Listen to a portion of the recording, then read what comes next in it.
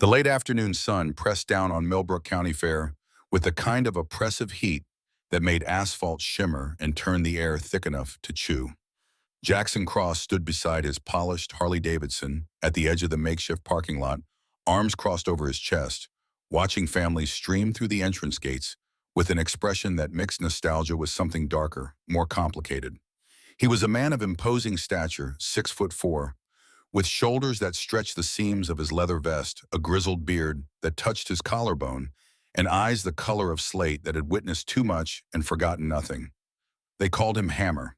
The name had stuck 20 years ago after a bar fight where he'd used a tire iron to defend a woman being assaulted, and the efficiency with which he'd handled 3 attackers had earned him respect and reputation in equal measure. But today, standing in the shadow of the Ferris wheel with his cheerful rotation and children's laughter floating on superheated air, he felt the weight of his name pressing against his chest like a physical burden. 8 years.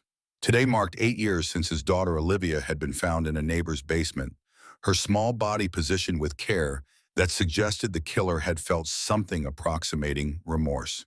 8 years since Hammer's world had collapsed into before and after, since every moment of joy had been poisoned by the memory of what he'd lost and how catastrophically he'd failed to protect it.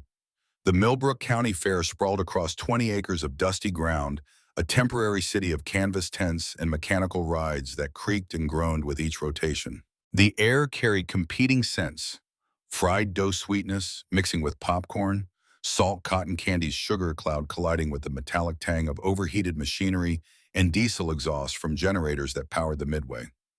Music blared from different directions, creating cacophony that would have driven Hammer away on any other day. But the Hells Angels had volunteered as security after a series of vandalism incidents, and when your chapter president agreed to community service, you showed up whether your heart was in it or not. Vincent Viper Kane leaned against the ticket booth 30 yards away, his lean frame deceptively casual, while his eyes tracked every movement with the hypervigilance of someone who'd spent 20 years as a detective before corruption in the department had driven him to resign. He was 45 but looked older, stress and disillusionment etched into the lines around his mouth. His leather vest bore patches earned through loyalty and blood, but beneath the biker exterior lived a man who still believed in justice even when the system that was supposed to deliver it had failed. Dylan Ghost Rivers sat on a hay bale near the livestock pavilion, his massive frame making the bale look like a child's toy. His long gray braid hung down his back, and his weathered face carried the particular stillness of someone who'd learned early that invisibility was survival. Foster care had taught him to be quiet, to observe, to understand that adults were often dangerous, and trust was a luxury he couldn't afford. Now at 48, he used that hard-earned wariness to protect others, to be the guardian he had never had. Marcus Skull Reed circulated through the game booths, his wiry build and sharp features giving him the appearance of someone perpetually calculating angles. At 43, he was the youngest of Hammer's inner circle, but his observational skills were unmatched. He noticed details others missed: the nervous tick of a pickpocket, the way predators selected targets, the subtle tells that separated harmless from dangerous. His youth outreach work had taught him to read children's body language, to recognize when fear hid behind smiles. The Hells Angels' presence at the fair had generated predictable responses.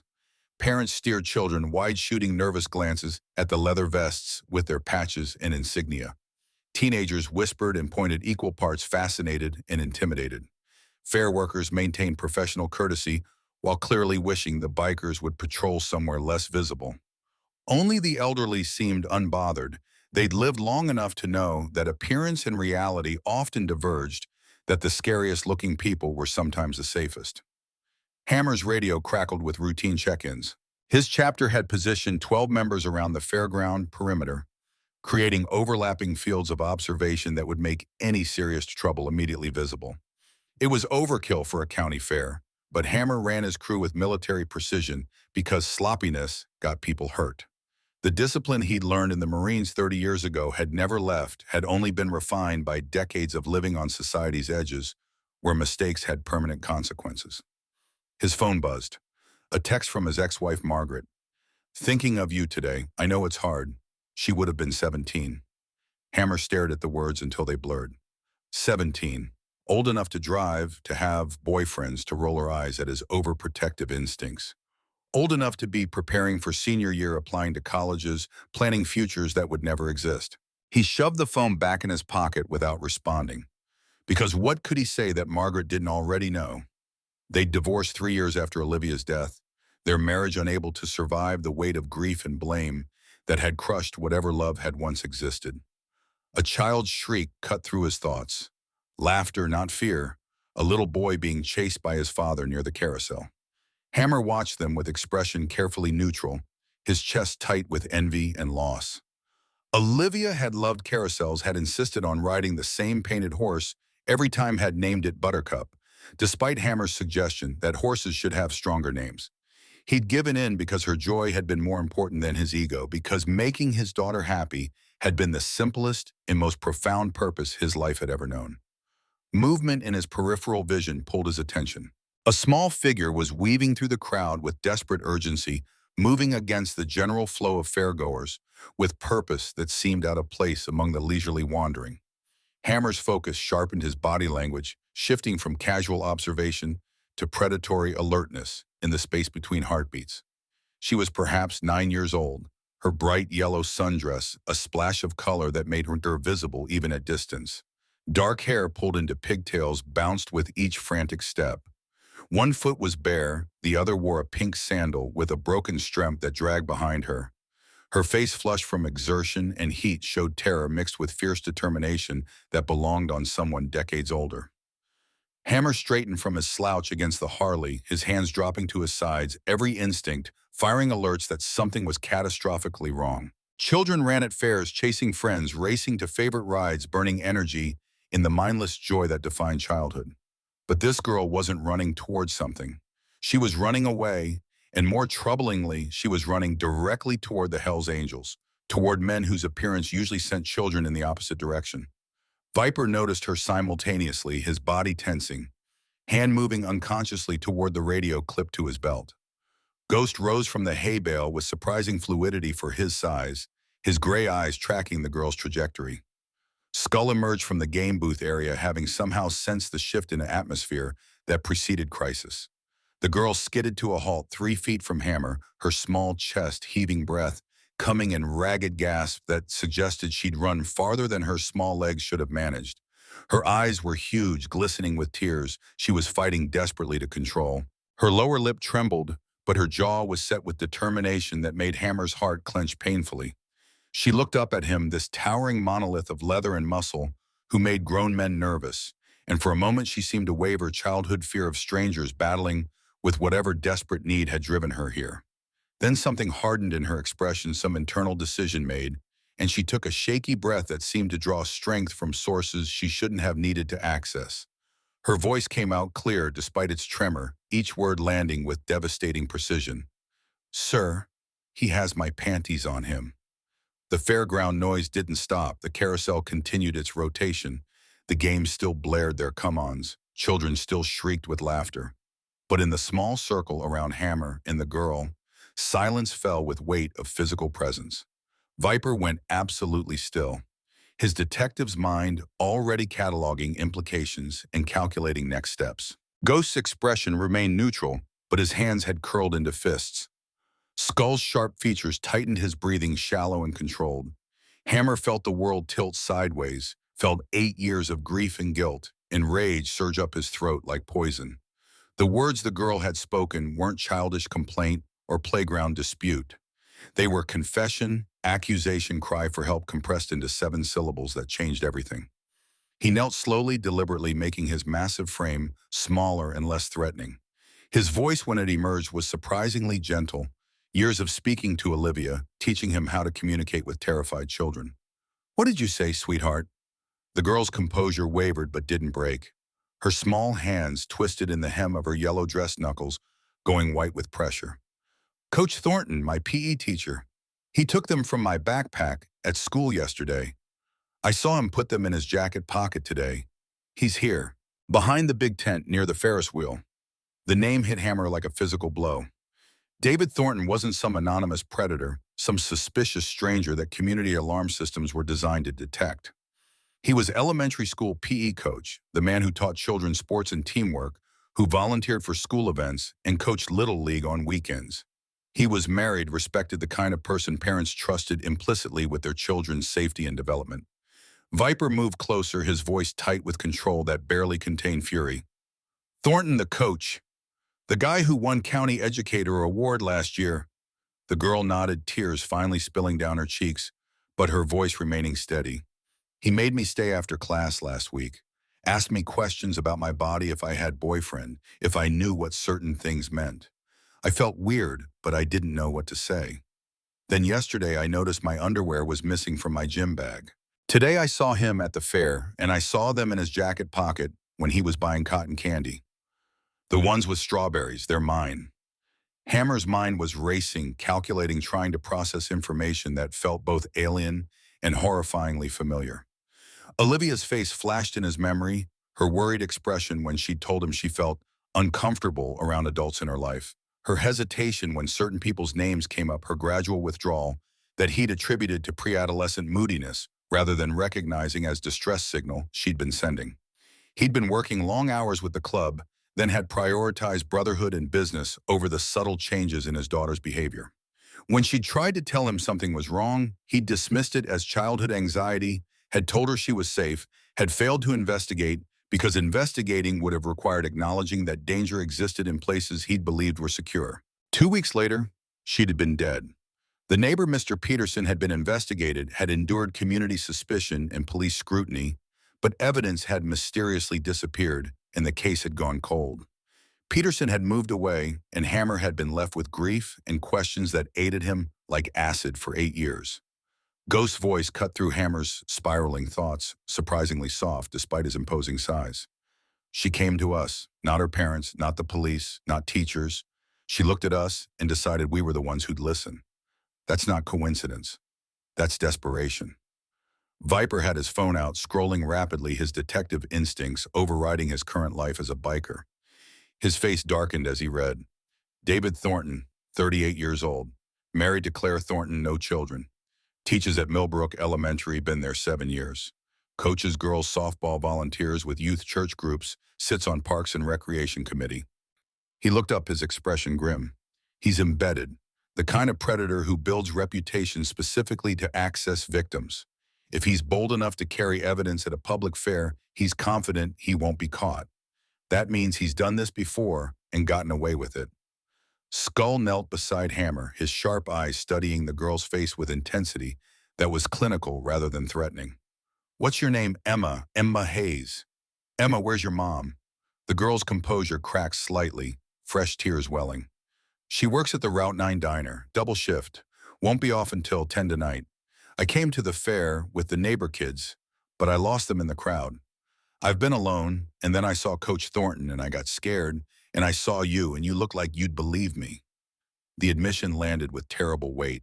She was 9 years old, alone at a crowded fair, had witnessed her abuser, and had made calculated decision that scary-looking bikers were safer than the adults who were supposed to protect her. The judgment spoke volumes about her experiences with authority figures, about how many times she'd been dismissed or disbelieved, about the desperation that had driven her to approach men who made most children instinctively retreat. Hammer felt something ancient and primal ignite in his chest. This child had walked through her terror to ask for help, had chosen to trust when trust had clearly been weaponized against her. He would not fail her the way he'd failed Olivia. He would not dismiss her words or doubt her perception or prioritize convenience over her safety. Emma, I need you to listen very carefully. You did exactly the right thing coming to us. You are not alone anymore. We are going to protect you, and we are going to stop Coach Thornton. Do you understand? Emma nodded, her small hand reaching out tentatively to grip the edge of Hammer's vest. The gesture was heartbreaking in its vulnerability, this child seeking anchor from a stranger, because the people who should have been her anchors had failed her. Viper was already moving, his voice dropping into command mode that came from decades of law enforcement. We need to call Sheriff Morrison. Handle this through proper channels. If we go vigilante on a respected community member without evidence, Morrison plays golf with Thornton every Sunday. They're in the same Rotary Club, both deacons at First Methodist. You think Morrison's going to believe a 9-year-old over his drinking buddy? The statement came from Ghost, whose cynicism about institutional protection had been earned through brutal childhood experiences in systems that claimed to safeguard children while routinely failing them. Skull was scanning the crowd, his sharp eyes searching for threats. We can't grab a teacher at a county fair in front of witnesses. There are kids everywhere, parents watching security cameras. We need strategy. Hammer stood keeping Emma close in his hand, protective on her shoulder. Then we find him. We locate Thornton, we assess the situation, and we make sure Emma stays safe while we figure out next steps. Viper, you're right about needing evidence, but Ghost is also right about Morrison. We need to move carefully, but we need to move. His radio crackled. Another club member checking in from the North Perimeter, routine traffic that now felt surreal against the backdrop of the crisis unfolding.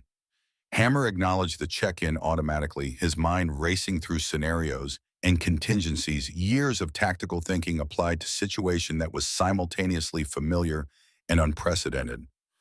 Emma tugged his vest gently, her voice small. He's over there, by the game booths. I saw him 5 minutes ago. Hammer followed her pointing finger across the fairground to area where carnival games lined pathway ring, toss, dart throws, water gun races, the kind of skillfully rigged amusements that separated tourists from their money while providing illusion of winnable prizes. His eyes scanned the crowd, searching for the man Emma had described. And then he saw him. David Thornton stood near the baseball toss, his appearance so perfectly wholesome, it could have been calculated for maximum trustworthiness. Clean cut with sandy hair, styled conservatively, wearing khakis and a light blue jacket. Despite the heat, his smile was warm and engaging as he chatted with a group of parents whose children clustered around him. He looked like every stereotype of a good teacher, a safe adult, the kind of person communities celebrated and children were taught to respect. But Hammer's eyes, trained by decades of reading people whose survival depended on deception, caught details others would miss. The jacket was too heavy for the weather worn specifically to conceal something. Thornton's eyes weren't tracking the conversation with the parents, they were scanning the crowd, watching children with attention that went beyond casual observation. And there was tension in his posture, subtle but present, the coiled readiness of someone anticipating interruption or discovery. Viper followed Hammer's gaze and swore under his breath. That's him, looking every inch the pillar of the community. They began moving through the crowd, not running, but walking one with purpose that cleared path through fairgoers who instinctively moved aside for the four large men in leather vests. Emma stayed close to Hammer, her hand gripping his vest, her small legs working double time to match his stride. People stared, whispered, but Hammer ignored them, his entire focus narrowed to the man ahead, who had no idea that justice was approaching in the form of bikers he'd probably dismissed as thugs. Thornton saw them coming. Hammer watched the moment of recognition, saw the coach's smile falter fractionally before recovery snapped it back into place. But in that micro-expression, Hammer read everything: guilt calculation, fear being rapidly buried under performance of innocence. They reached him as he was saying goodbye to the parents, his voice carrying practice warmth. Well, I should get going. You folks enjoy the fair.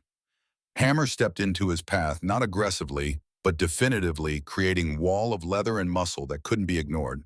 Emma stayed partially hidden behind him, visible but protected. Coach Thornton. Thornton's smile remained fixed, but his eyes went flat, assessing. Can I help you, gentlemen? I'm afraid I don't. This young lady has something to tell you. Thornton's gaze dropped to Emma, and something flickered across his features. Surprise, anger, fear, all buried so quickly that someone not looking for it would have missed it entirely. His recovery was impressive, his expression shifting to concerned confusion. Emma, your mother know you're talking to these gentlemen. The pause before gentlemen carried clear implication. Bikers were dangerous. Emma was being manipulated. He was the concerned adult trying to protect her from bad influences. It was masterful performance, exactly the kind of deflection that had probably worked countless times before. Hammer's voice came out cold and flat, stripped of the gentleness he'd used with Emma. Answer the question, coach. Where's Emma's property? Thornton laughed, but nervous edge crept in, barely perceptible crack in his facade. I don't know what you mean. Emma, honey, did you lose something? Let me help you find your parents. You have her underwear in your jacket pocket. The pair with strawberries. Explain that. The fairground sounds seemed to dim conversations around them, stuttering and stopping as people registered confrontation unfolding. Parents pulled their children closer, instinctively sensing danger without understanding its source. Thornton's face went through a rapid series of expressions. Confusion hurt, dawning horror, each one perfectly calibrated for his audience. That's, that's an outrageous accusation, Emma, sweetheart. These men are confusing you. Sometimes kids misplace things, and I saw you take them from my backpack yesterday after PE class. I saw them in your pocket today when you bought cotton candy. They're mine and you stole them. Emma's voice rang clear despite her trembling, carrying across the space with conviction that cut through Thornton's performance. Nearby fairgoers were fully tuned in now, a small crowd gathering, phones appearing as people recorded what was rapidly becoming public spectacle. Thornton's mask slipped further, desperation bleeding through. This is absurd. I'm a teacher, for God's sake. I would never. Then you won't mind turning out your pockets. Should be easy to prove Emma's wrong if you've got nothing to hide. The voice came from behind them, heavy with authority that made everyone turn. Sheriff Grant Morrison pushed through the gathering crowd, his bulk impressive despite middle age, his uniform crisp despite the heat, his hand resting casually on his service weapon, in posture that was both reassuring to some and threatening to others. Morrison was 55, red-faced from high blood pressure and probable alcoholism, with receding hairline and mustache that had gone from brown to gray over his 30-year career in law enforcement. He'd been sheriff for 12 years, elected repeatedly on platform of traditional values and tough-on-crime rhetoric that played well in rural Montana. His eyes, small and shrewd, moved from the bikers to Thornton to Emma with assessment that was rapid and calculating. Hammer felt Emma shrink behind him, her hand tightening on his vest. He read her body language instantly. This wasn't normal childhood wariness of police. This was specific fear recognition that Morrison represented threat rather than protection. The sheriff's expression had already hardened into judgment before he'd heard full story, his body language telegraphing whose side he'd chosen. What's the problem here, gentlemen? The word gentleman carried different inflection than Thornton's usage, not implied threat, but overt sarcasm, dismissal wrapped in formal language. Viper stepped forward, his years as a detective giving him credibility with law enforcement, even if his current lifestyle complicated that relationship. Sheriff Morrison, this child has made serious allegation against Coach March Thornton. She claims he stole her underwear from her school backpack and currently has them in his jacket pocket. Morrison's face cycled through surprise to disbelief to anger in rapid succession. That's ridiculous. Coach Thornton is respected educator, volunteers his time, coaches kids' sports. You're telling me you believe he'd steal a child's, that he'd do something like that? I'm telling you the child made the allegation and it needs to be investigated. Proper protocol would be to ask him to voluntarily empty his pockets or obtain a warrant for search. Morrison's expression suggested Viper had proposed something obscene. We don't search upstanding citizens based on wild accusations from confused children and biker harassment. Emma, sweetheart. He crouched to her level voice, going syrupy with false kindness that made Hammer's skin crawl. Sometimes kids get mixed up. Sometimes they see one thing and remember it differently. Did these men tell you to say these things about Coach Thornton? Emma's voice emerged small but defiant. Nobody told me anything. He has my underwear, the ones with strawberries on them. He took them yesterday and I saw them today in his jacket. Search him and you'll see. Morrison straightened his face, hardening, the false kindness evaporating.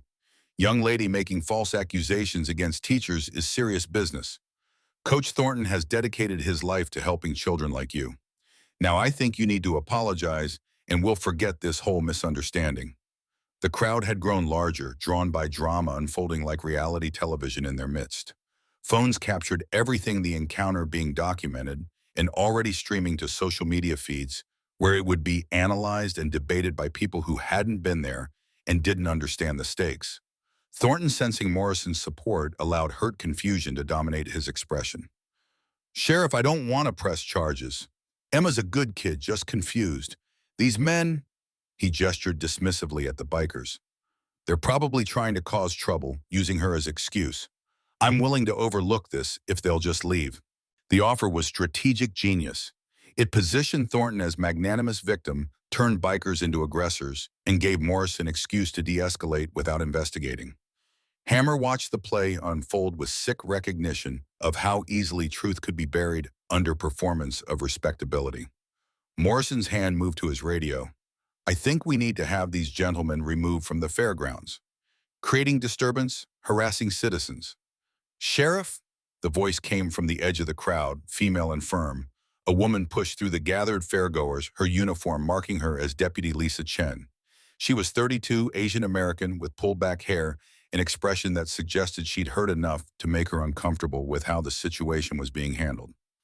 "Sir, if there's been an allegation of child sexual abuse, material possession protocol requires investigation regardless of the accused's community standing. We can't just dismiss it." Morrison's face went purple, anger barely contained. "Deputy Chen, I'll handle this. Return to your patrol." Chen didn't move, her jaw set. "With respect, sir, if something happens to this child and it comes out, we ignored her allegation because the accused was someone we knew. That's on us. I'm requesting permission to ask Mr. Thornton to voluntarily empty his pockets. If he's innocent, it'll clear this up immediately." The crowd murmured approval, the suggestion of basic fairness resonating with people who hadn't yet chosen sides. Morrison was trapped by his deputy's logic, and the growing audience forced to either allow the search or reveal his bias so obviously that even sympathetic observers would question his judgment. Thornton's expression had gone cold, his pleasant mask slipping to reveal calculation beneath. "I don't have to submit to search without warrant. This is harassment, pure and simple. I'm calling my lawyer." He pulled out his phone with movements that were too quick, too defensive, the panic of someone whose fortress was cracking. But before he could dial, Emma's voice cut through the tension. "His jacket, the right pocket. You'll see them, they have my name written inside with permanent marker, because I always lose things. EMMA in red letters. Look, and you'll know I'm not lying." The specificity of the detail landed like bomb. Morrison looked trapped. Chen looked determined. Thornton looked cornered. The crowd pressed closer, sensing climax to drama that had transformed their mundane fair visit into something they'd recount for years. Hammer watched Thornton's hand slide toward his jacket pocket, watched his fingers brush the fabric, watched calculation flash across his face as he weighed options that were all terrible. And in that moment, Hammer knew with absolute certainty that Emma was telling the truth, that this respected teacher was predator, who'd operated in plain sight, and that the system designed to protect children was about to fail again. Morrison made his decision, stepping between Chen and Thornton. "That's enough. Mr. Thornton, you're free to go. Deputy Chen will discuss your insubordination later. As for you," he turned to Hammer and his crew, "you're done here. Leave the fairgrounds immediately or I'll have you arrested for harassment and disturbing the peace." Emma's small voice emerged one final time, breaking with desperation. "Please, please, just look. Why won't anyone just look?" But Morrison was already escorting Thornton away, the coach's lawyer already being summoned, the machinery of protection closing ranks around one of their own. Chen stood frozen, her expression showing internal war between duty and authority, knowing she was witnessing injustice but lacking power to stop it. The crowd began to disperse, the drama over, without satisfying resolution, people returning to their entertainment with uncomfortable awareness that something wrong had occurred, but lacking framework to address it. Within minutes, the confrontation would become story, then rumor, then forgotten footnote, to evening's festivities. Hammer looked down at Emma, this brave child who'd risked everything to speak truth and been dismissed, and felt familiar fury building. 8 years ago, Olivia had tried to warn him. He hadn't listened, and she died. He wouldn't make that mistake again. His voice was low, meant only for Emma and his crew. "This isn't over. We'll find another way." Emma looked up at him with eyes too old for her face, hope and resignation warring in her expression. She'd been betrayed by the system, dismissed by authority, her truth buried under respectability and privilege. But she'd found unexpected allies in the scariest-looking men at the fair, and some instinct told her they wouldn't abandon her the way everyone else had. "Promise." Hammer crouched to her level, his massive hand gentle on her shoulder. "I promise, and I don't break my promises." Skull moved through the fairground with purpose that looked casual to observers but carried military precision in its execution. His lean frame wove between game booths and food stalls, his sharp eyes scanning faces, his mind already 3 steps ahead, calculating routes and contingencies. Finding Rebecca Hayes meant leaving the immediate crisis temporarily, but Emma couldn't be protected properly without her mother present, and the legal complications of 4 bikers holding custody of a child without parental knowledge would give Morrison exactly the ammunition he needed to bury this completely. The Route 9 diner sat 15 miles outside town, a chrome-sided institution that had served truckers and locals for 40 years. Skull's bike ate up the highway miles, his thoughts racing faster than the engine beneath him. He'd worked youth outreach long enough to recognize the particular desperation in Emma's voice when she'd mentioned her mother, the resignation that suggested she'd tried to get adult help before and been dismissed. Children didn't run to strangers unless family had already failed them.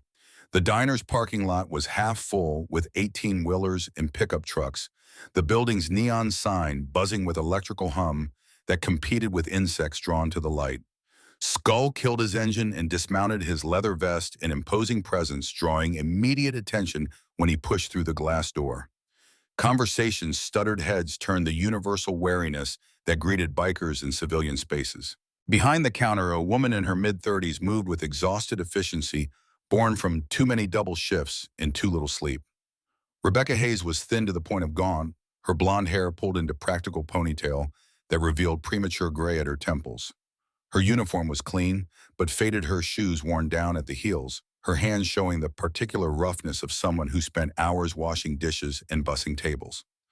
She looked up as Skull approached, her expression cycling through surprise to apprehension to defensive readiness.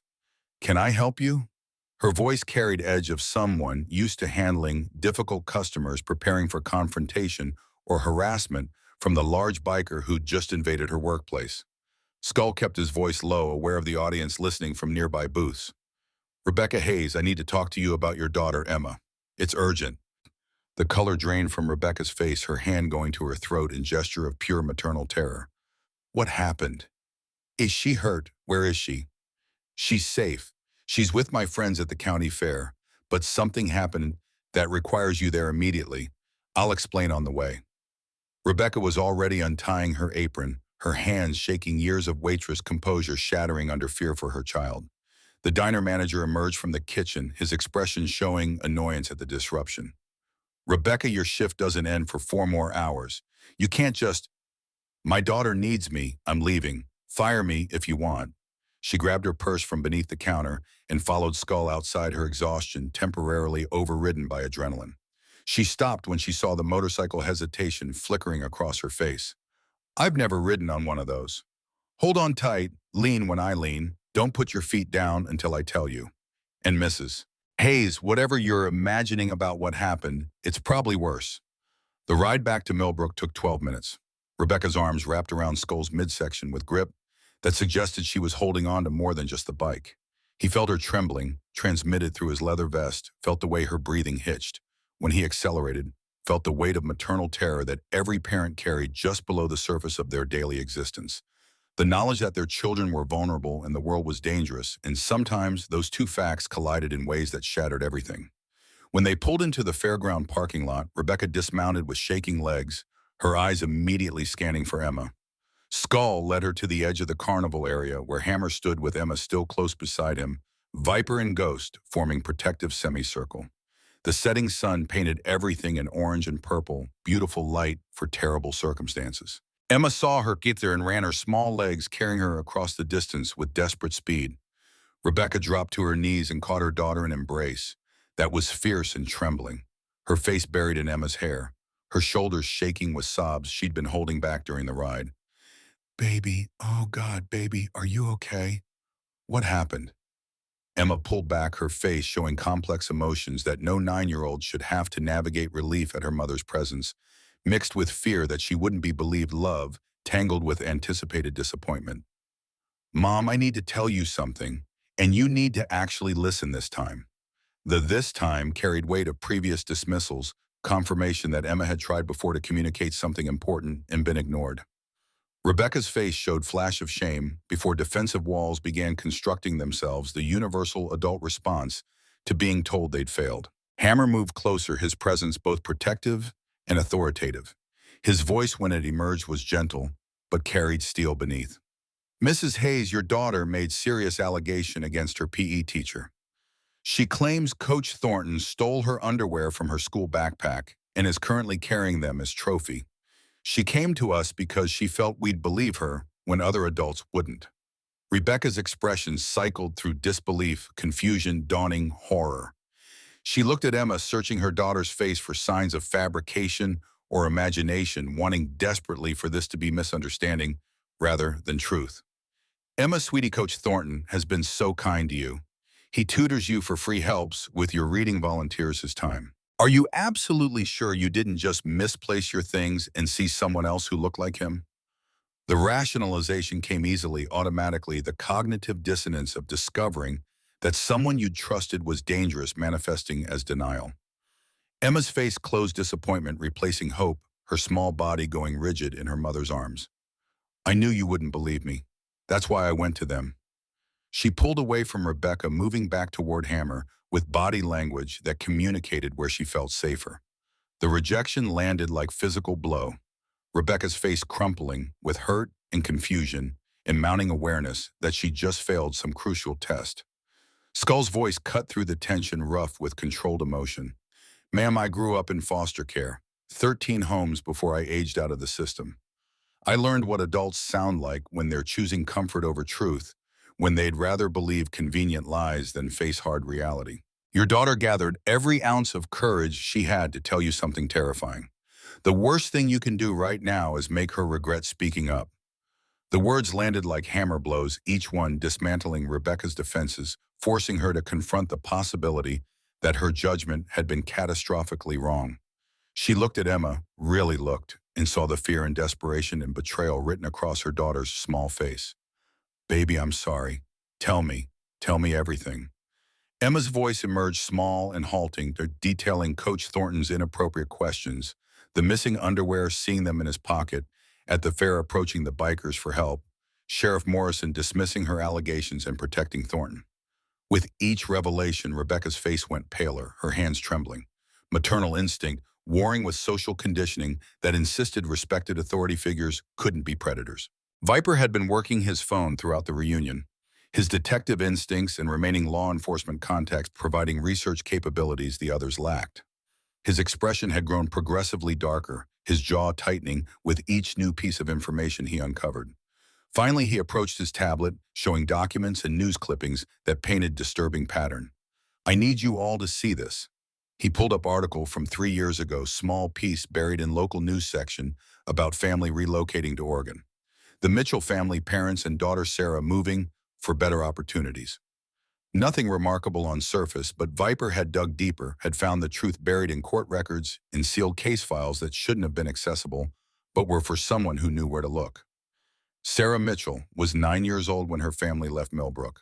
Her parents filed initial complaint with Sheriff Morrison about inappropriate conduct by elementary school teacher. Case was opened, then mysteriously closed within 48 hours. Family accepted $10,000 settlement from school district in exchange for non-disclosure agreement and immediate relocation. He swiped to another document, this one showing different name. Jenny Rodriguez. Family moved to Arizona 2 years ago. Similar pattern complaint, filed case closed, family relocated with financial settlement. Katie Sullivan moved to Wyoming 18 months ago. Same story. 3 families, 3 daughters, all around age 9, 3 complaints against elementary school staff that were all buried. Rebecca's voice emerged barely above whisper. You're saying this has happened before, that other families knew, and nobody stopped him? I'm saying Morrison has been covering for someone for years, paying families to leave quietly rather than investigating properly. And I'd bet everything I own that the teacher they were complaining about was David Thornton. Hammer's hands had curled into fists, his breathing carefully controlled, rage building in his chest like pressure in a sealed container. The pattern was sickeningly familiar. Olivia's case had involved similar mysterious evidence, disappearances, similar resistance from law enforcement to seriously investigate similar suggestions that pursuing justice would only traumatize everyone involved. He'd been too grief-stricken then to recognize corruption, had accepted official explanations because the alternative was confronting the possibility that the system designed to protect his daughter had actively failed her. We need to contact those families, get their statements, build case that shows pattern Morrison can't dismiss. Viper was already dialing, his phone pressed to his ear as he moved away for privacy.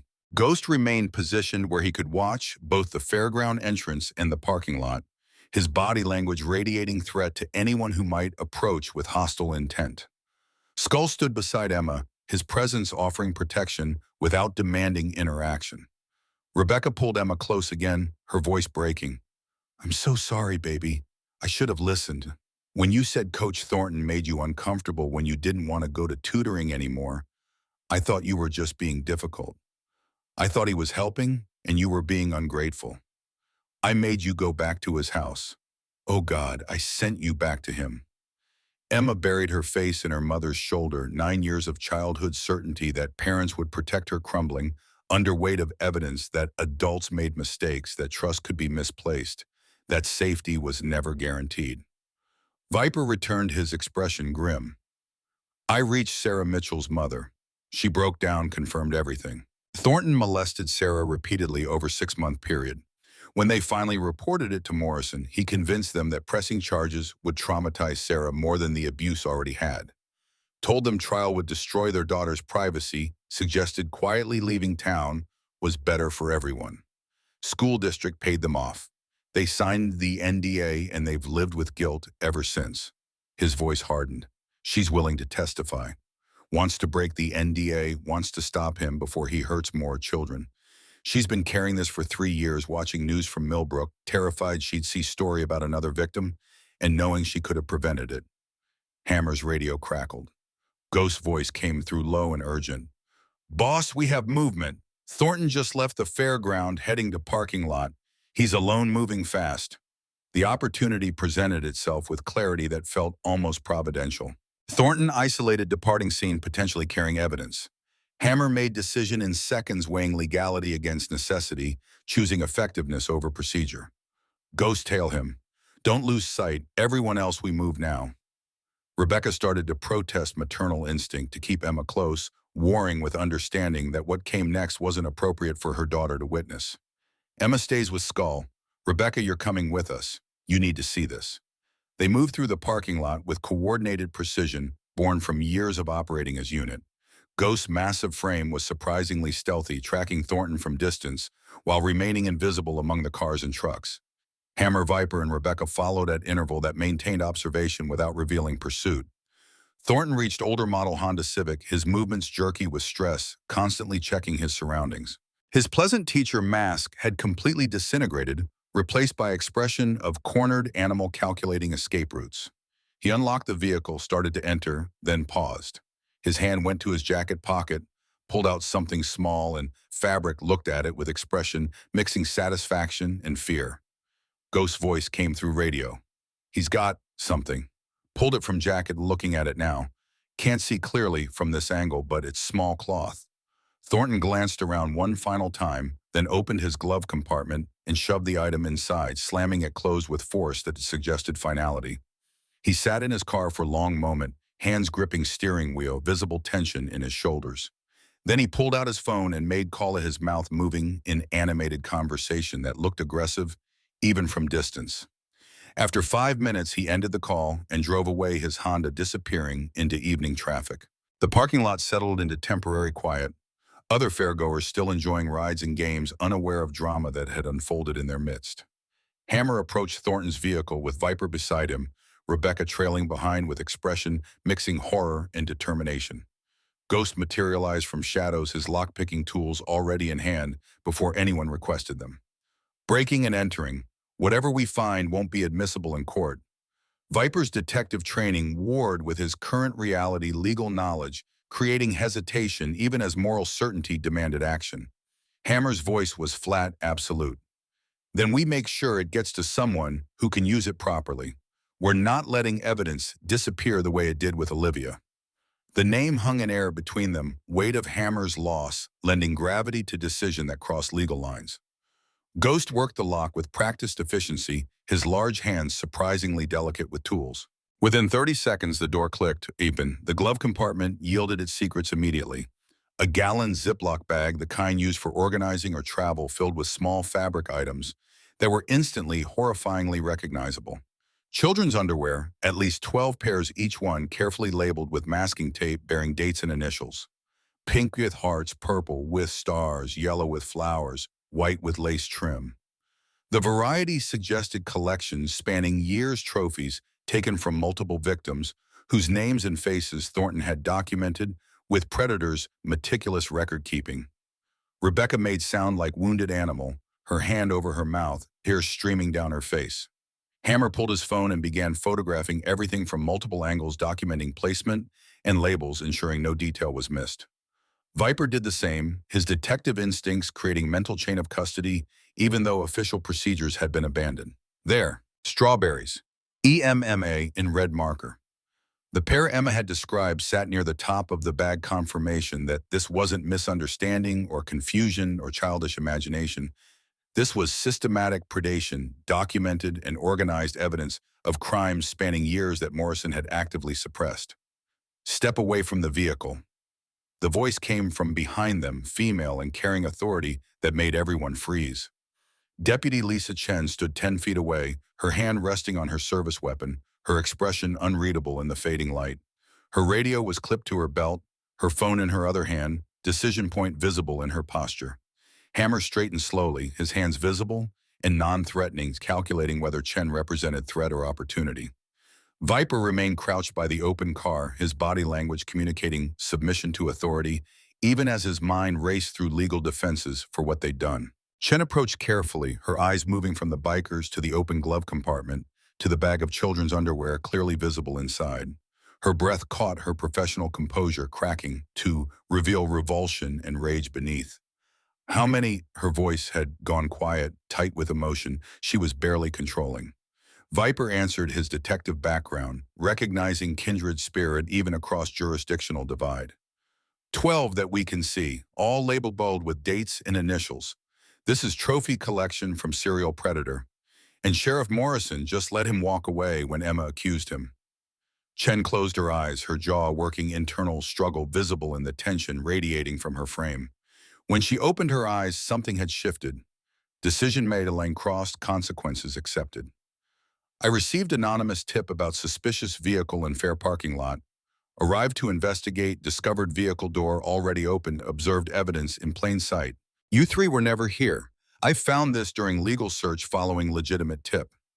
She pulled out her phone and began taking official photographs, documenting scene with procedural correctness that would stand up in court. Her hands shook slightly, but her documentation was thorough, professional, exactly what prosecutor would need to build case. Hammer felt something loosen in his chest, hope warring with learned cynicism about whether anyone in authority would actually help rather than obstruct. Morrison will fight you on this. He'll claim you exceeded authority, that evidence is tainted, that you're manufacturing charges. Chen's smile was bitter. Morrison has been dirty since before I joined the force. I've known it, suspected it, watched him bury cases and protect connected people for 3 years. I stayed quiet because bucking the sheriff gets you fired, blacklisted, destroyed. But I didn't become cop to protect predators. If this cost me my career, so be it. She finished photographing, then carefully bagged the evidence, using proper chain of custody procedures, sealing it in evidence bags from her patrol vehicle, and documenting every step. When she was finished, she turned to face them. I'm calling FBI. Child predation across state lines, pattern of corruption, suppressing investigations, evidence of multiple victims. This is federal case now. Morrison can't bury what he doesn't control.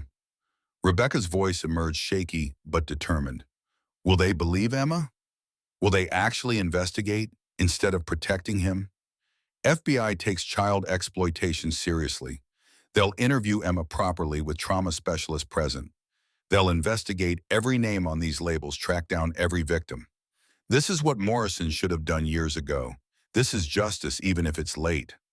The words landed with weight of promise, fragile hope that perhaps the system could still function when individuals chose integrity over convenience. Chen pulled out her radio, calling for backup, an FBI contact, her voice professional and controlled despite the magnitude of what she was setting in motion. Hammer's phone buzzed, text from Ghost. Thornton meeting with Morrison at sheriff's office. Looks heated. They know something's wrong. The corruption was unraveling, Thornton and Morrison both recognizing that their careful arrangement was collapsing.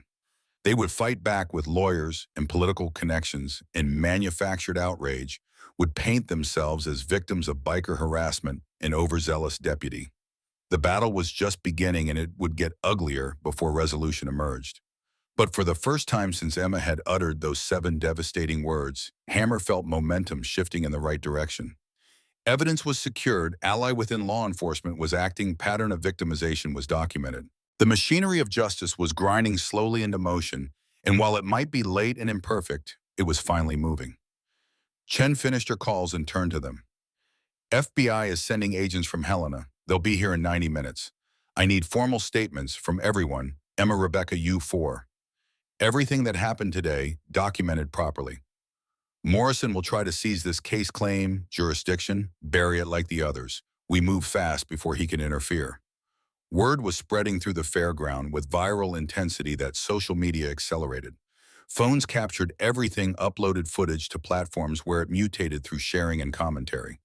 By the time full story reached the crowd, details had warped. Some versions painted bikers as heroes, others as vigilantes, manufacturing crisis. Still others suggested elaborate conspiracy to frame innocent teacher. Thornton appeared at fairground entrance, flanked by expensive lawyers who'd arrived with speed that suggested prearranged emergency contact. He was playing wounded innocent to gathering media, his voice carrying hurt confusion to cameras that broadcast live. I've dedicated my life to helping children. These bikers attacked me, planted evidence, terrorized a confused little girl into false accusations. This is character assassination, pure and simple. The performance was masterful, designed to shift narrative from predator caught to innocent man persecuted. His lawyers reinforced the message, threatening lawsuits against everyone involved, suggesting massive civil rights violations and prosecutorial misconduct before charges had even been filed. Morrison stood beside Thornton, his authority lending legitimacy to claims of innocence, his presence communicating to community that their sheriff believed the coach. The message was clear: trust established authority over biker outsiders, believe respectable, educator over traumatized child, maintain social order, even if it meant ignoring uncomfortable truth. Emma watched the press conference from distance, her small face showing comprehension beyond her years. She'd told the truth, had done everything right, and now watched the system she'd been taught to trust actively working to discredit her. Rebecca held her daughter close, her own face showing horror at how quickly reputation could be weaponized against evidence. Then Morrison made fatal mistake.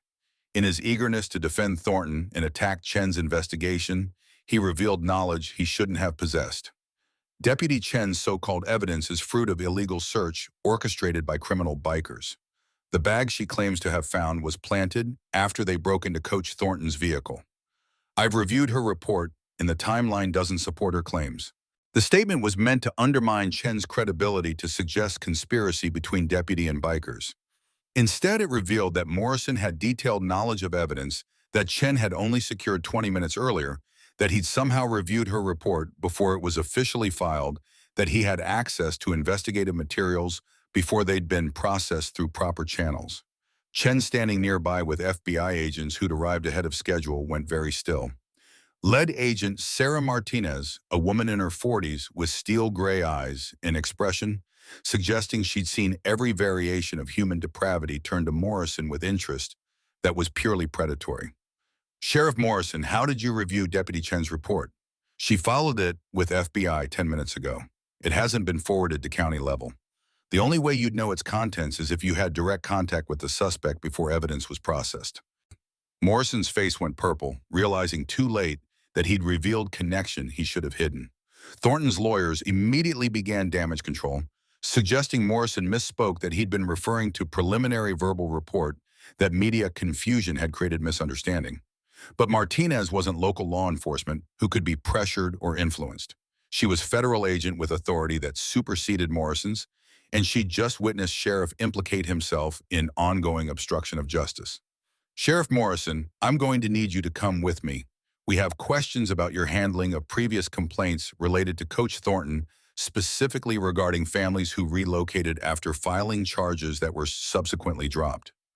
Morrison's expression cycled through anger to fear to calculation, recognizing that his carefully constructed protection of Thornton had just collapsed under federal scrutiny. He could surrender and cooperate, or he could fight and confirm guilt through resistance.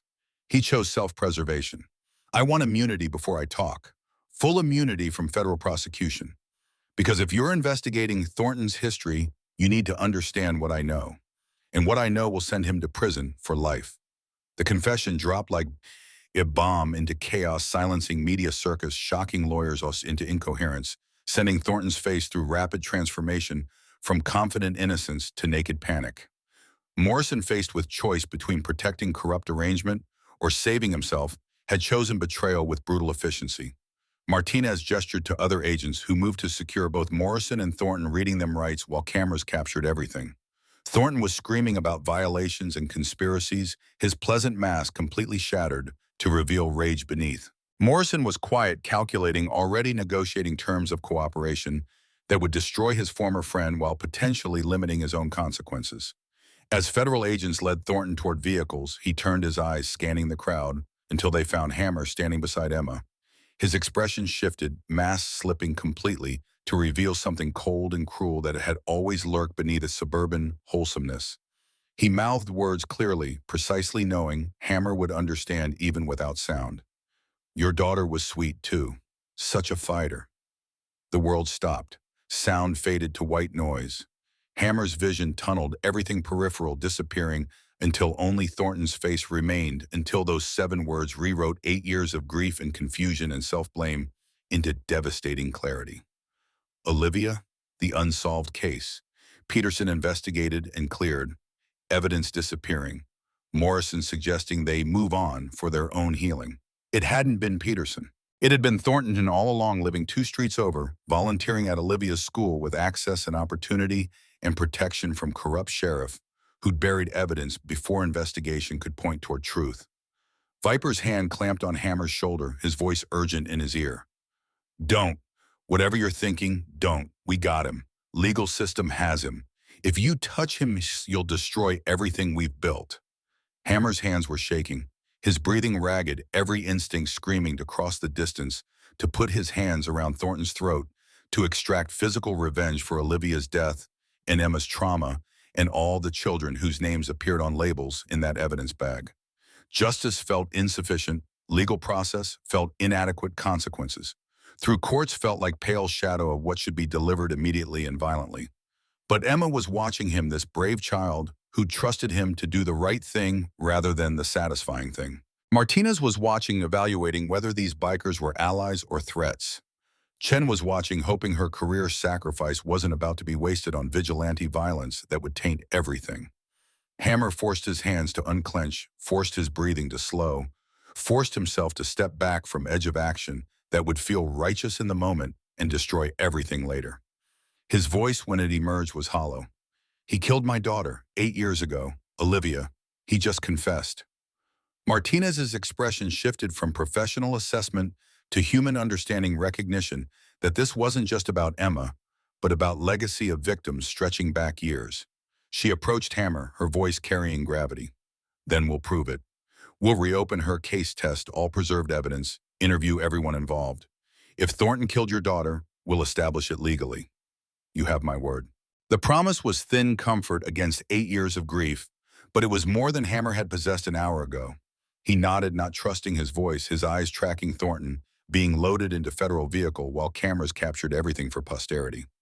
Emma approached him, her small hand finding his, her voice containing wisdom no child should possess. You didn't hurt him, you did the right thing. My mom always says doing the right thing is harder than doing the easy thing.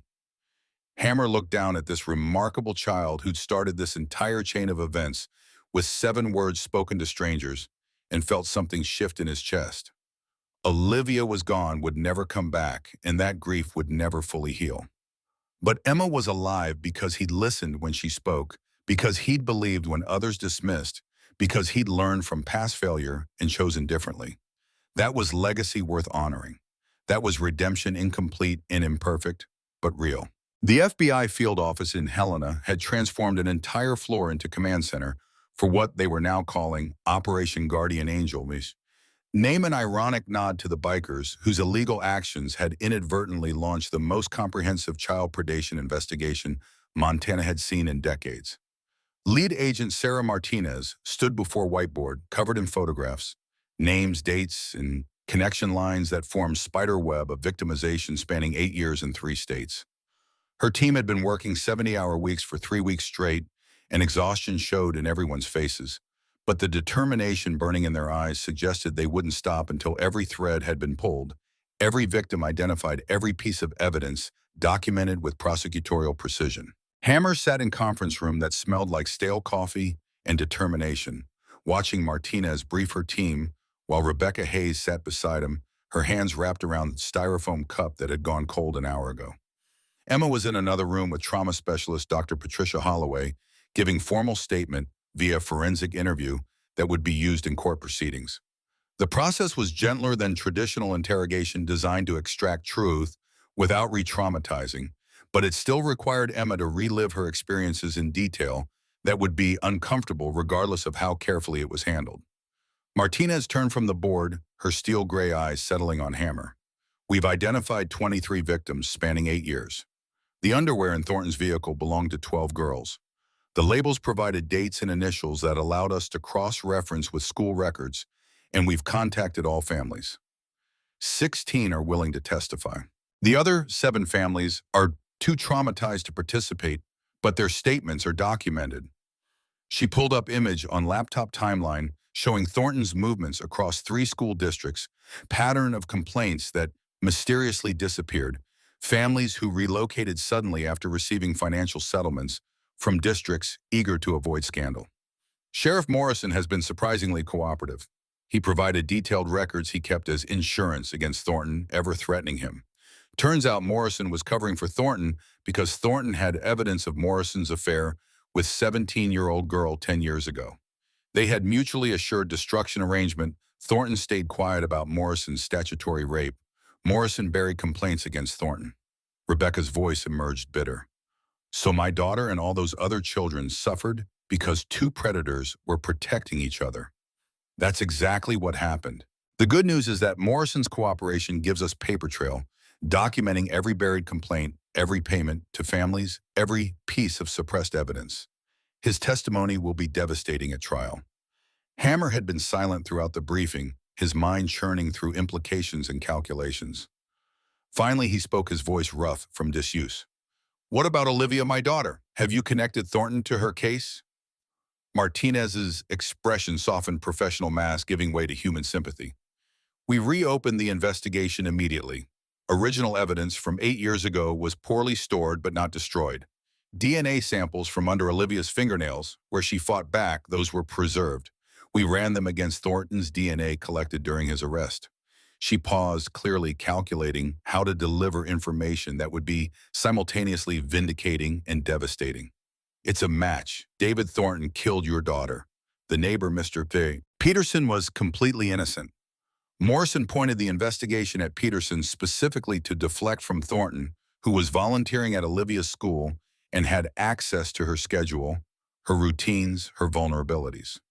The room went silent except for fluorescent light buzzing overhead, the ambient hum of federal office building continuing around them, while Hammer processed confirmation of what Thornton's taunting words had already revealed.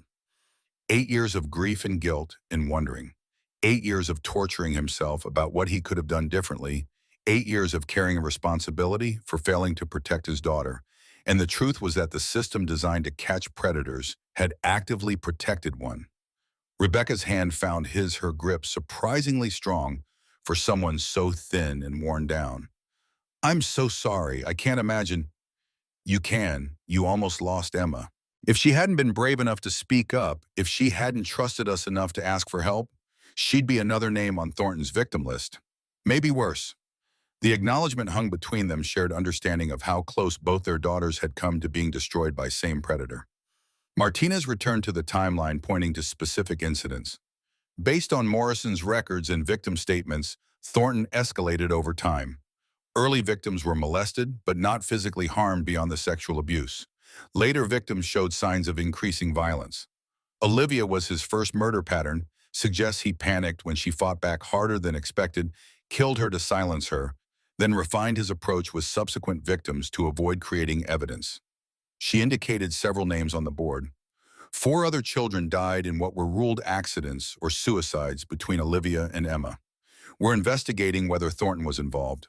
If we can establish pattern of murder, not just abuse, it changes everything about potential sentencing. Hammer's voice came out flat, emotionless, the tone of someone who'd processed too much trauma to have immediate reactions anymore. He's never getting out of prison. Whether it's life sentence for abuse or death penalty for murder, he dies inside. That's my goal. I've been doing this work for 20 years. I've seen monsters walk because prosecutors couldn't prove intent or juries couldn't stomach believing such nice-seeming people were capable of horror. Not this time. We have evidence, victim testimony, Morrison's confession, and patterns so clear, even defense attorneys won't be able to create reasonable doubt. Door opened and Dr. Holloway emerged with Emma, whose face showed exhaustion, but also relief of having spoken truth and been believed. Rebecca stood immediately crossing to embrace her daughter with fierce protectiveness that came 3 weeks too late but was no less genuine for its delay. Emma looked at Hammer, her voice small but steady. Dr. Holloway says my testimony helped, that telling what happened makes it harder for him to hurt other kids. Is that true? Hammer crouched to her level, his massive frame folding down to meet her eyes. It's absolutely true. You're the bravest person I've ever met. What you did telling the truth when adults didn't want to hear it, trusting strangers because you knew we'd listen, standing firm, even when people tried to dismiss you, that's heroism. Real, genuine heroism. Emma absorbed his words with visible hunger, this child who'd been disbelieved and dismissed suddenly being validated by authority figures who recognized her courage. Her eyes filled, but the tears weren't fear. This time they were relief, exhaustion, the emotional release of being safe enough to finally fall apart. 3 months after Thornton's arrest, the trial began with media circus that transformed Millbrook into unwilling stage for national conversation about predators hiding in plain sight, about corruption enabling abuse, about children whose voices were systematically ignored until crisis forced adults to listen.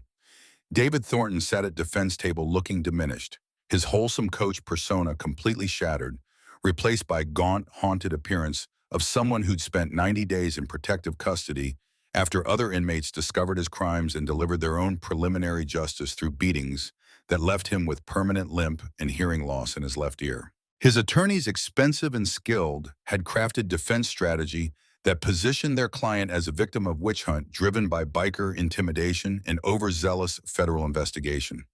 They claimed evidence was tainted by illegal search, that Morrison's testimony was coerced by immunity deal, that young victims had been coached by parents seeking financial settlements, that the entire case was house of cards built on hysteria rather than facts. The strategy collapsed under weight of evidence that was overwhelming in its thoroughness. Prosecutor James Walsh, veteran of child exploitation cases, who'd earned reputation for methodical brutality in courtroom, walked jury through forensic documentation that left no room for doubt. DNA evidence from Olivia's case that matched Thornton. 12 pairs of children's underwear with labels in Thornton's handwriting. Morrison's detailed records showing 7 years of buried complaints. 16 victim testimonies from girls ranging from 7 to 14 each describing pattern of grooming abuse and threats that were horrifyingly consistent. Emma testified via closed-circuit television, sparing her from having to face Thornton directly while still allowing jury to assess her credibility. The 9-year-old who'd run to bikers for help spoke clearly despite visible nervousness, describing Coach Thornton's inappropriate questions, the discovery that her underwear was missing, seeing them in his pocket at the fair, the terror of not being believed by Sheriff Morrison. Defense attorneys tried to shake her during cross-examination, suggesting she was confused, that she'd been influenced by her mother or the bikers, that childhood imagination had transformed innocent interactions into sinister narrative. Emma held firm, her voice steady. I know what happened. I'm not confused. He took my underwear and you found them exactly where I said they'd be. I'm not lying and I'm not making things up. I'm telling the truth, and everyone who didn't believe me was wrong. The simple clarity of her statement, delivered without theatrical emotion or coached performance, landed with devastating effect. Several jurors were visibly moved, one wiping tears, another looking at Thornton with expression of pure revulsion. That suggested verdict was already decided in his mind.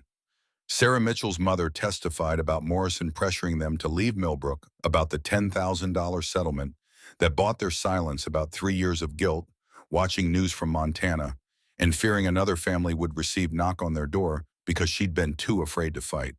Her testimony established pattern of corruption that explained how Thornton had operated for so long without consequences. Morrison himself took the stand, his former authority completely stripped away, wearing orange jumpsuit from county jail where he awaited his own sentencing for obstruction of justice and corruption. His testimony was clinical detached, the confession of someone who had already accepted that his life as he'd known it was over and was now trying to mitigate damage through cooperation. I received 7 complaints about David Thornton over 7 years. Each time he'd come to me panicking, swearing the child was confused, that he'd done nothing wrong.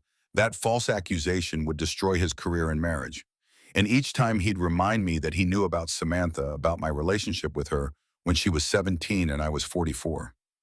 His voice remained steady, shame buried under pragmatism. So I'd approach the families, explain that pursuing charges would be difficult, that trial would traumatize their daughters, that school district could offer financial settlement if they'd sign non-disclosure agreement and quietly relocate. Most families took the deal. The ones who insisted on pressing charges, I'd lose evidence, botch procedures, ensure cases collapsed before reaching trial. I protected a child predator for 7 years because he had leverage over me.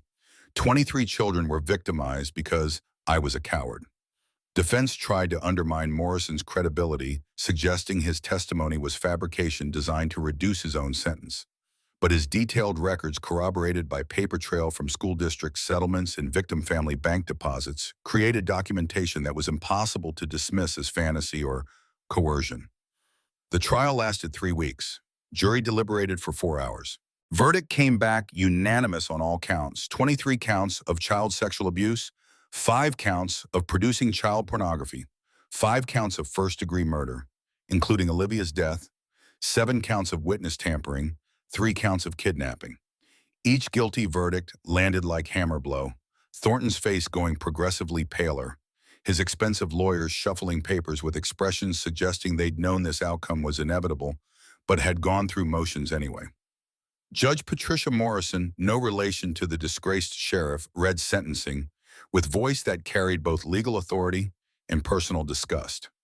5 consecutive life sentences without possibility of parole to be served in supermax facility with 23-hour isolation for his own protection. The only mercy was that Montana had abolished death penalty, sparing Thornton execution, but guaranteeing he'd spend remaining decades in concrete box that measured 8 by 10 feet, seeing daylight for 1 hour per day, dying slowly from isolation, and the knowledge that justice, however delayed, had finally caught him.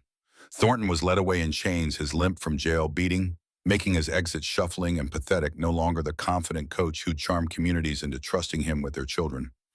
He looked at Hammer once as he passed, his eyes carrying hatred and confusion that someone so far outside the system had been the one to destroy him. Hammer watched him disappear through courthouse doors with expression that mixed satisfaction and emptiness. Justice had been served, his daughter's murder, solved, predator, imprisoned forever. But Olivia was still dead, 8 years stolen, that could never be recovered. Childhood innocence shattered for 23 victims whose lives were permanently altered.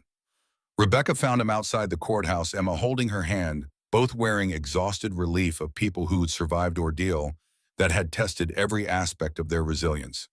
It's over. He can't hurt anyone else. Hammer nodded slowly, his voice rough. Olivia can rest now. She tried to tell me, and I didn't listen. Emma tried to tell you, and eventually you did. That's the difference between tragedy and survival. Emma looked up at him with old soul wisdom. Miss Martinez says you believing me saved other kids too, that he was planning to hurt more children before you stopped him. So your daughter's death taught you something that saved lives. That matters. The observation was too insightful for 9-year-old, too painful in its accuracy to accept easily. But Emma was right. Olivia's death had taught Hammer to listen when children spoke, had made him hypervigilant about dismissing accusations, had ensured that when Emma approached him, he'd believed her immediately rather than requiring additional proof. That lesson, purchased with his daughter's life, had prevented additional deaths. It wasn't fair. exchange wasn't adequate compensation, but it transformed meaningless tragedy into purposeful loss. 6 months after the trial, Emma sat in Dr. Holloway's office for twice-weekly therapy session that was slowly incrementally helping her process trauma that would mark her forever but didn't have to define her. The nightmares had decreased from nightly to occasional, the hypervigilance around adult men had softened slightly, the fear that she'd be disbelieved had begun yielding to confidence that her voice mattered. Rebecca had quit her job at the diner using portion of victim restitution fund to enroll in nursing program that would provide stable career and better income. They'd moved to a small apartment that was cleaner and safer than their previous housing building life.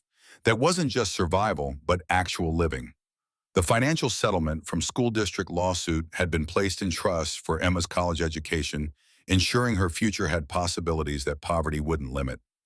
Emma asked to visit Morrison's garage, the clubhouse where Hell's Angels crew spent their days rebuilding motorcycles and their evenings planning the community outreach programs that had emerged from crisis.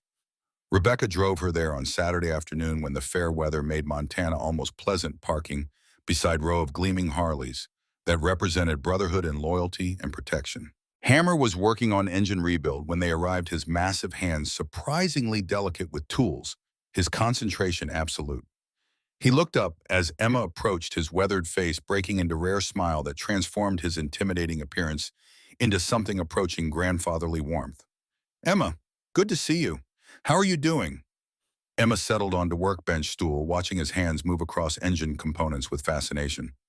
"Dr. Holloway says I'm making progress. I still have bad dreams sometimes, but not as much, and I'm not scared all the time anymore." "That's good. Healing takes time. You're allowed to go at your own pace." Emma was quiet for a moment, gathering courage for questions she'd been building toward. "Miss Martinez said you had a daughter who died, the one Coach Thornton killed. Is that why you believe me?" The question hung between them, child's directness cutting through adult tendency toward evasion. Hammer set down his wrench, giving Emma his full attention with respect she deserved. "Yes, her name was Olivia. She was 7 when something started bothering her. She tried to tell me she felt uncomfortable around certain adults, that something was wrong. I was too busy, too distracted, too convinced that bad things couldn't happen in our neighborhood to people like us. I didn't listen the way I should have.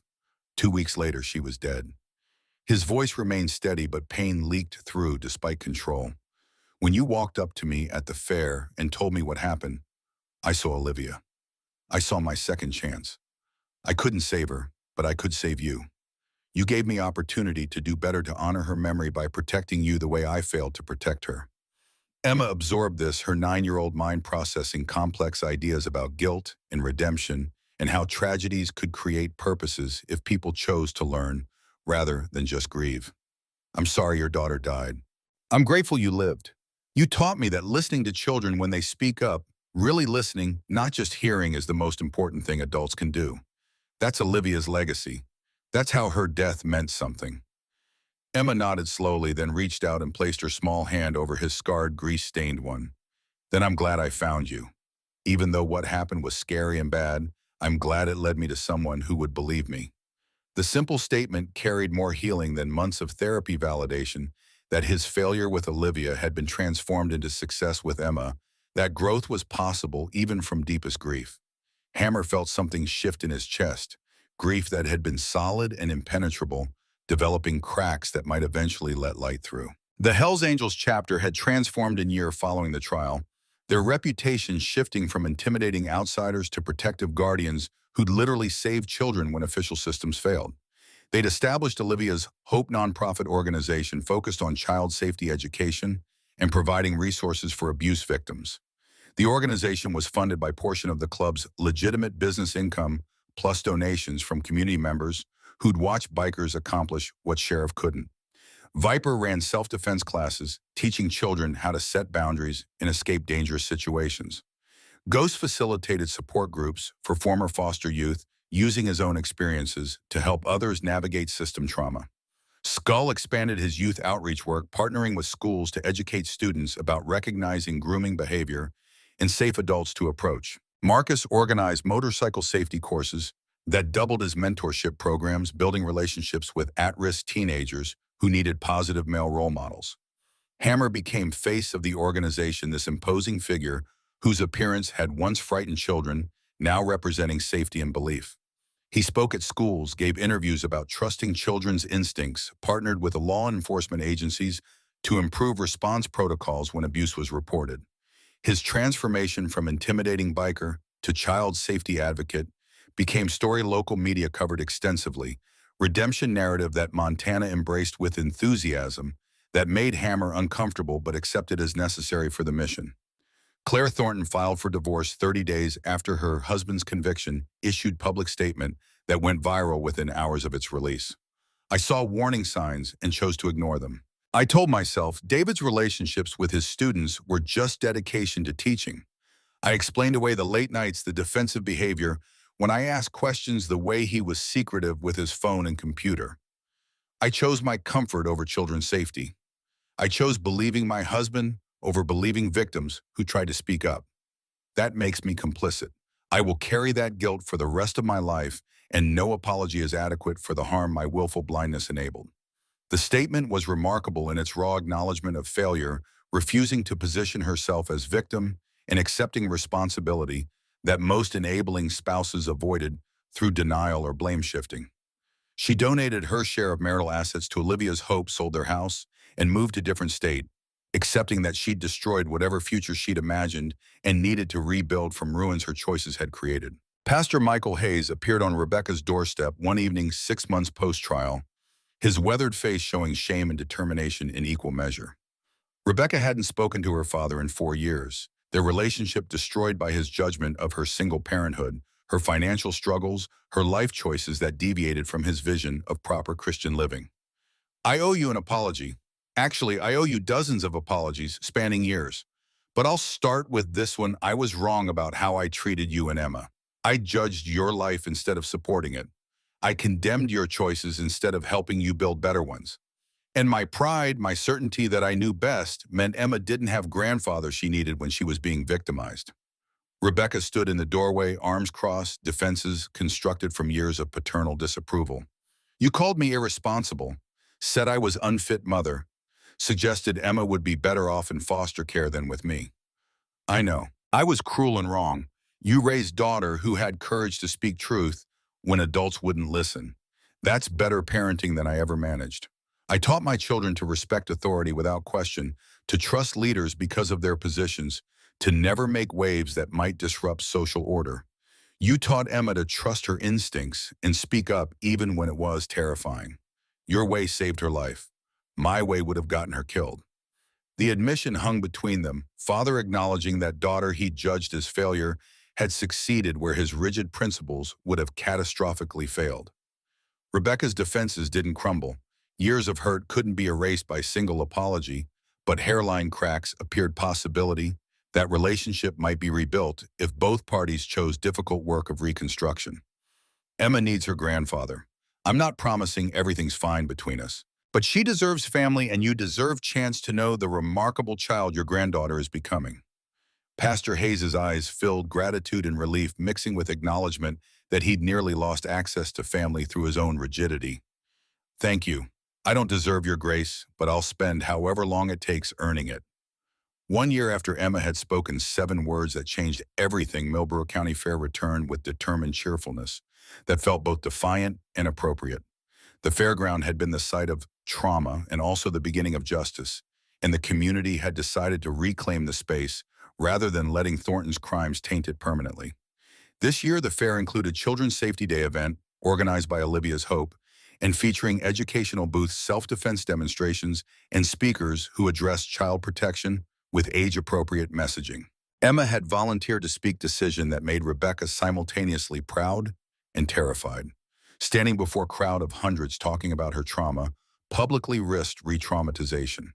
But Dr. Holloway had assessed Emma's readiness and concluded that controlled storytelling, with agency and purpose, could be healing rather than harmful, allowing Emma to reclaim her narrative and position herself as survivor rather than victim. Hammer stood at the edge of the crowd, Viper beside him, both wearing their leather vests with new Olivia's Hope patches sewn prominently over their hearts.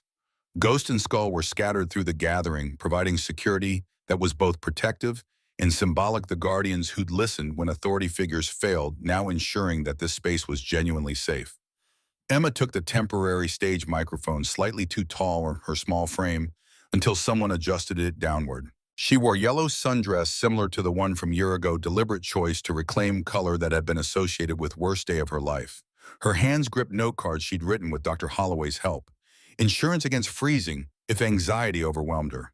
She looked at the crowd, took deep breath, and began speaking with voice that started uncertain but grew stronger with each sentence. My name is Emma Hayes. I'm 10 years old. A year ago, something bad happened to me at this fair. Someone I trusted hurt me, stole something from me, made me feel unsafe. I was scared to tell adults because I thought they wouldn't believe me. I thought they'd say I was confused or making things up or trying to get attention. Her voice steadied, confidence building. But then I saw these bikers. She gestured toward where Hammer and his crew stood. And even though they looked scary, something told me they'd listen. They looked like the kind of people who believe bad things exist so they wouldn't pretend mine didn't happen. And I was right. They believed me when other adults didn't. They protected me when other adults protected the person who hurt me. Parents in the crowd shifted uncomfortably. Recognition that Emma was describing institutional failure. They'd all witnessed complicity they might have shared had it been their community leader accused rather than someone else's coach. I learned that speaking up is scary, but staying quiet is worse. I learned that the adults who seem safest aren't always safe, and the adults who seem scary aren't always dangerous. I learned that I deserved to be believed even when believing me was inconvenient for grown-ups. Her voice dropped slightly, becoming more intimate. If something bad is happening to you, tell someone. Keep telling until someone listens, because there are people who will believe you. You deserve to be safe. You deserve to be heard. And if the first adult you tell doesn't help find another adult, keep trying until you find someone like Hammer. She looked directly at him. Someone who treats your words like they matter more than their comfort. Standing ovation erupted, thunderous applause that lasted minutes. People rising to their feet to honor this remarkable child who'd transformed trauma into advocacy, who'd taken worst experience and alchemized it into message that might save other children from similar fates. Hammer's eyes were wet grief and pride mixing into emotions too complex to name. He'd failed Olivia but succeeded with Emma, and watching this 10-year-old speak with authority about survival and believing children felt like his daughter's death had been redeemed into meaning he'd thought impossible. After the event, Emma approached him with folded piece of paper, her expression shy but determined. I made something for you. She handed him the paper, watching his face as he unfolded it carefully. The drawing showed girl in bright yellow dress standing beside massive biker, both smiling, motorcycle and background sun overhead. The title written in careful crayon, My Guardian Angel. Hammer's throat closed, making speech impossible. He folded the drawing with reverence typically reserved for sacred texts, pulling out his wallet and tucking it beside worn photograph of Olivia that he'd carried for 8 years. 2 daughters, one lost, one saved, both teaching him lessons about protection and belief and the importance of listening when children found courage to speak. Emma hugged him, her arms barely reaching around his midsection, her small body transmitting trust and affection that 8-year-old Hammer had thought he'd lost forever when Olivia died. Thank you for believing me. Thank you for being someone I could trust when I had nobody else. Hammer's voice emerged rough with emotion. Thank you for being brave enough to speak. Thank you for teaching me to listen. You gave me back something I thought I'd lost forever: purpose. Reason to keep going, proof that sometimes we get second chances if we're wise enough to recognize them. Rebecca joined them, their relationship with her father slowly rebuilding her nursing program. Halfway complete, her life transformed from survival mode into actual living. She looked at Hammer with gratitude that transcended words. You saved her. I'll never be able to repay that. You don't owe me anything. She saved herself by speaking up. We just made sure her voice was heard. The sun set over the fairground, painting everything in gold and purple light that transformed the scene from mundane to magical. Children played freely under watchful eyes of parents and bikers, the terror having been exorcised through justice and replaced with purposeful protection. Olivia's Hope volunteers distributed information pamphlets. Hell's Angels crew demonstrated motorcycle safety. Emma laughed with friends who treated her not as victim, but his hero. Hammer stood beside his Harley, watching Emma play his hand, unconsciously moving to his wallet, where two photographs lived: Olivia's gap-toothed smile and Emma's crayon guardian angel. The grief would never fully disappear. The guilt about failing Olivia would always haunt quiet moments, but it had transformed from crushing weight into purposeful burden. His daughter's death had taught him the most important lesson: when children speak, you listen. Always listen. That lesson had saved Emma's life and prevented 23 other children from becoming Thornton's victims after her. It had transformed Hammer from grieving father into guardian from man, defined by loss, into man characterized by protection. Olivia's legacy wasn't her death. It was the lives saved because her father learned to hear what children were trying to communicate beneath their words. Emma approached one final time, and as families began departing, the fair lights coming on against gathering darkness, transforming the scene into carnival brightness that felt genuinely safe this time rather than harboring hidden dangers. "Will you be here next year at the fair?" Hammer's smiled expression, softening his intimidating features. "Wouldn't miss it. Someone needs to make sure you stay out of trouble." "I'm not in trouble anymore. I'm the girl who speaks up when things are wrong. I'm the girl who found guardian angels at County Fair. I'm the girl who knows that being heard is more important than being liked." The self-definition was remarkable: trauma integrated into identity without defining it, strength forged from crisis rather than being destroyed by it. Hammer recognized that Emma would carry scars forever, that some nights would be harder than others, that healing wasn't linear and recovery wasn't complete. But she'd survived, had grown stronger in broken places, had become advocate for others, still trapped in situations she'd escaped. That was victory, imperfect and incomplete, but real. As Emma walked away holding her mother's hand, her yellow dress bright against gathering darkness, Hammer thought about the journey from that afternoon a year ago, when small voice had cut through fairground noise with 7 devastating words. "Sir, he has my panties on him." Those words had destroyed predators' carefully constructed facade, had exposed corruption, enabling abuse, had transformed biker crew from intimidating outsiders into community protectors. Sometimes heroes didn't wear badges or carry official authority. Sometimes they wore leather and rode motorcycles and looked dangerous enough that children recognized they'd be believed when they spoke uncomfortable truths.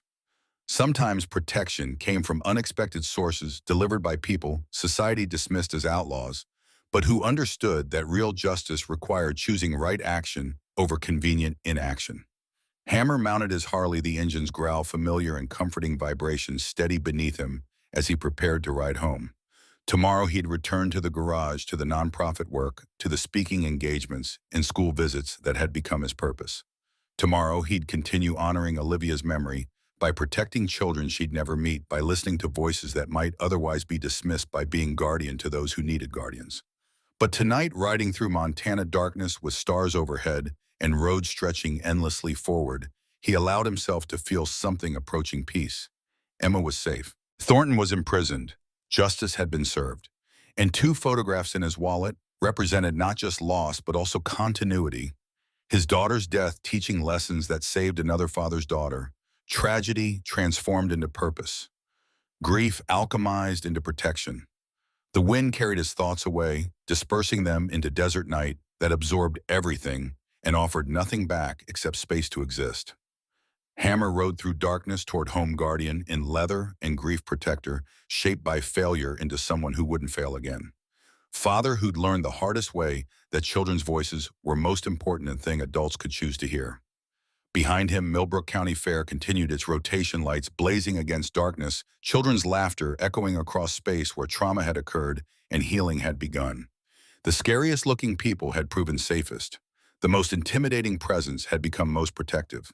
And one 9-year-old girl's courage to speak 7 words to strangers had saved not just herself, but countless others who would never know how close they'd come to being next victims. That was legacy worth leaving. That was redemption, hard-earned and incomplete, but genuine. And in some dimension beyond comprehension, perhaps Olivia Cross watched her father finally understand the lesson her death had taught him, finally forgive himself for not listening sooner, finally recognize that her life mattered not just for its tragic ending, but for what it had created in its aftermath. A guardian who would never stop listening, never stop protecting, never stopped believing that children deserved adults who took their words seriously enough to act. The guardian angels wore leather, and they were still watching.